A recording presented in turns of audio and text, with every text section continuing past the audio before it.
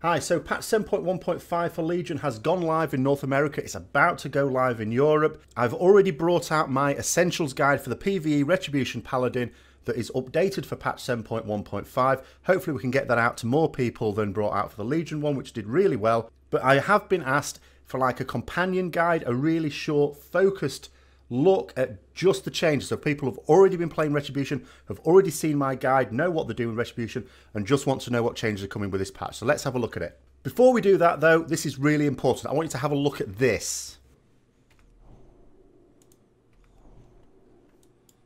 So what's this? Let's look at it again, see if you missed it. That's right. This is the last time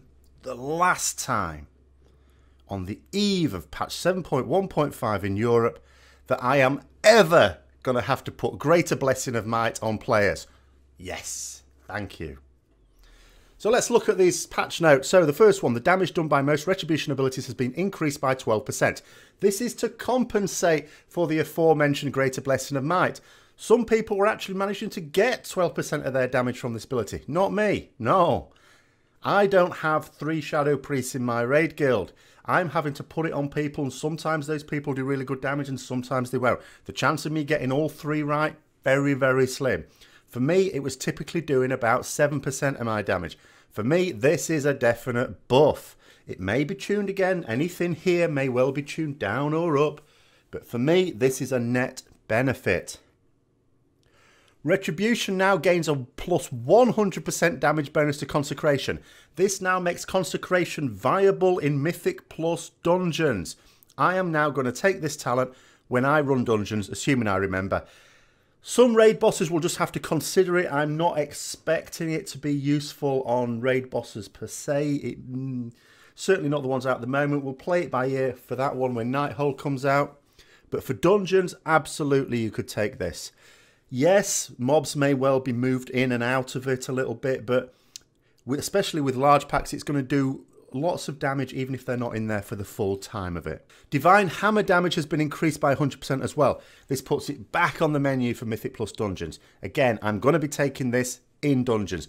I can also be taking this in some fights where I expect cleave to be really key. I might well be taking this now on Mythic Hellier. I'm not sure yet because, you know, maybe Phase 3 being of key importance with the single target damage, maybe I won't. But in a fight where there is cleave damage and that cleave damage is important, you can absolutely take this. Execution Center's damage increased by 55%. This has now made it much more viable. Now, I've simmed myself. It's not going to be viable for me in single target, but you want to sim your own character for this, it might well be for you. It certainly does a lot more damage now. They haven't really got to the root of the problem with this. The main problem with Execution Centers has always been that the traits on our Ashbringer buff Templar's Verdict. They do not buff Execution Centers. It needs to be considered the same as Templar's Verdict and Divine Storm as a Holy Power spender. That would actually fix the problem without having to individually buff it. But, you know, this is what they've done. Check it out for yourself. Greater Blessing of Might removed. It's worth mentioning again. Greater Blessing of Wisdom and Kings can be cast in combat. So if you put it on a couple of people before the start of the fight and you want to change that during the fight, maybe someone dies or maybe someone else feels that they're going to need it more. Maybe you've got a situation where you're switching between tanks and it's not a really rapid switch and you want to keep it on the tank that's tanking. Or maybe you want to keep it on a tank for most of the fight, but at some point in a fight, some DPS class does a bit of weird tanking. Maybe a Warlock does some range tanking or something on some fights coming up, and you want to switch it to them and then switch it back when they've done that. You can move it around now. You don't want to spend ages moving it around, DPS loss with those global cooldowns, but you can do it. Greater Blessing of Wisdom and Greater Blessing of Kings have both also been buffed a little bit as well, so they'll be a bit more useful than they were, but it doesn't really matter now. We're not having to choose. We can use one Greater Blessing of Wisdom. We can use one Greater Blessing of Kings. There's no choice. We put one Wisdom on someone, we put a Kings on someone, put them both on the same person. Who cares? Doesn't matter. Just stick it on whoever wants it the most. Make them fight to the death for your buffs now. Fist of Justice now reduces the remaining cooldown of Hammer of Justice by 2.5 seconds per Holy Power spent. Unless you're taking Justicar's Vengeance and using it, this is actually a bit of a nerf. It's a minor nerf. It's not a massive difference, but it is a bit of a nerf. But it's still the one that I'm going to use in most situations. This is the real big nerf as far as our talents go. Divine Intervention now reduces the cooldown of Divine Shield by 20%. Was 50%. So now if you take this talent, your Divine Shield has a 4-minute cooldown instead of a 2.5-minute cooldown. This, for me, makes it much less useful. The cheat death was nice. The cheat death, sure, okay. It doesn't actually happen a lot. I don't actually proc my cheat death accidentally a great deal. The main benefit was that I could use my Divine Shield every 2.5 minutes. That's gone now, so I am less likely to be taking this as my standard talent. I might well be looking at the next one. Seal of Light replaced with Judgement of Light. This works just like the Protection Paladin talent. Whenever you judge your target, anyone attacking that target, any friendly players attacking that target can get a heal. They can get a maximum of 1 heal per second. There are 40 sort of charges in it. In a raid, okay, sure, you can consume all those charges, but, you know, you're judging quite regularly. This is going to be up a lot. For dungeons, it might be decent. It's not going to do stupid amounts of healing. I mean, don't kid yourself that this is making you like a half healer or something. It's not. You look at the amounts of healing, well, that's not very much.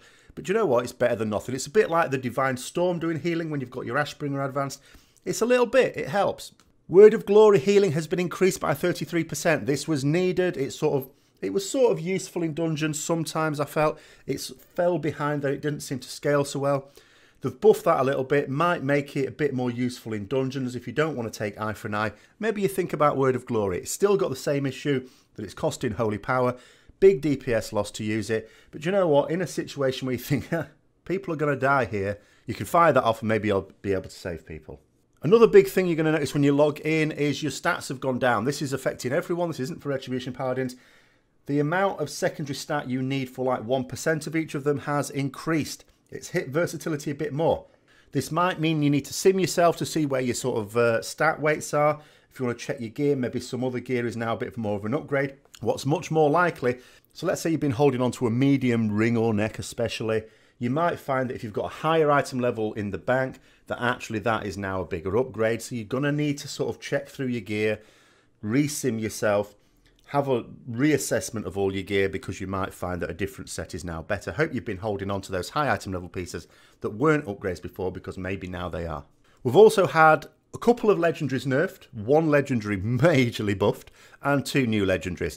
So let's have a look now. We've now got what I would call 5 good legendaries. There's the back, Whisper of the Nathrazim. There's the ring, Legendaries Fury Unleashed. These are the ones we've already had.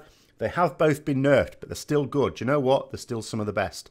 Into the mix, Chain of Thrain, which always existed, was a load of shit. It's now really good. In fact, it's now BIS. Everyone is still convinced that this is going to be nerfed. People were convinced it was going to be nerfed through the PTR testing. Still convinced. The reason for that is simply it sims way higher than anything else. Way higher. It's easily the best in every situation. Now, Blizzard have sort of said that, you know, they want different legendaries to be good in different situations. That's not the case here. So it is a prime candidate for a bit of a nerf, but, you know, if you've got that belt, make hay while the sun shines. It's awesome at the moment. Think about it this way. 20% extra damage during your Avenging Wrath or Crusade. You'll take Crusade still. That is like having someone die on cue for your Crusade. But it lasts all the way through Crusade, not just for 20 seconds. It's like having your own personal suicidal page by your side. In terms of the new legendaries, you've got Ashes to Dust, which is a pair of shoulders, and you've got Kil'jaeden's Burning Wish, which is an on-use trinket. Now, in terms of the effectiveness of these, so Chain of Thrain is always your best. The next 2 are Whispers of Nathrazim, which is the cloak, and Legendaries Fury Unleashed, which is the ring. They're sort of interchangeable. They're both definitely behind the belt, but they're sort of both on a par. Generally speaking, the way I've been simming for my character, for single target, Whisper of the Nathrazim works out a little bit better. Legendaries Fury Unleashed, a little bit better for AoE. Bear in mind, of course, Legendaries Fury Unleashed, you can argue, gets a little bit better just because you've got the belt. They work well in tandem because they both affect Crusade, and they both work in Crusade. They don't work outside of Crusade. Can be good, can be bad. If you've got a fight where you are making really good use of Crusade in that fight, so especially if the fight ends after 2.5 minutes or 4.5 minutes, where you've got an extra application of Crusade out, the Legendaries Fury Unleashed would be really good. If the timings are not so great and you feel you're not maybe getting as much damage out of Crusade proportionally as you might like, well, maybe Whisper of the Nathrazim sneaks up ahead. You sort of need to try both out yourself, but you know what? Both of them are really good second. After that, a little bit behind those 2 will be the shoulders and the trinket. Again, generally speaking, for single target, the shoulders sneaks a little bit ahead when I'm simming for my character.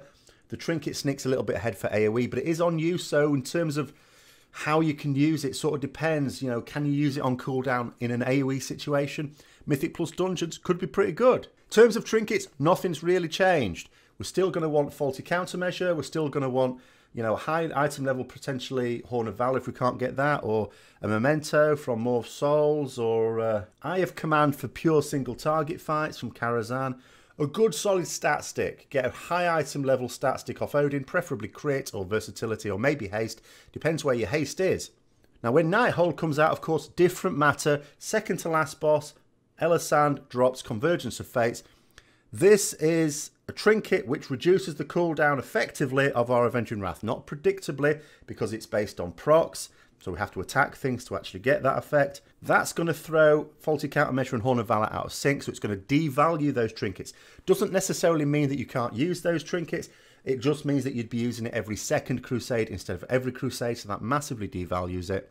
So you'd be better off with a good solid stat stick alongside it. Or perhaps Draft of Souls. Now when I did my Retribution Essentials guide updated for this patch, I was sort of casting doubt on Draft of Souls. What I said was, the way it's looking at the moment doesn't look great, but it's one of those trinkets where it looks like it has the potential. It might be.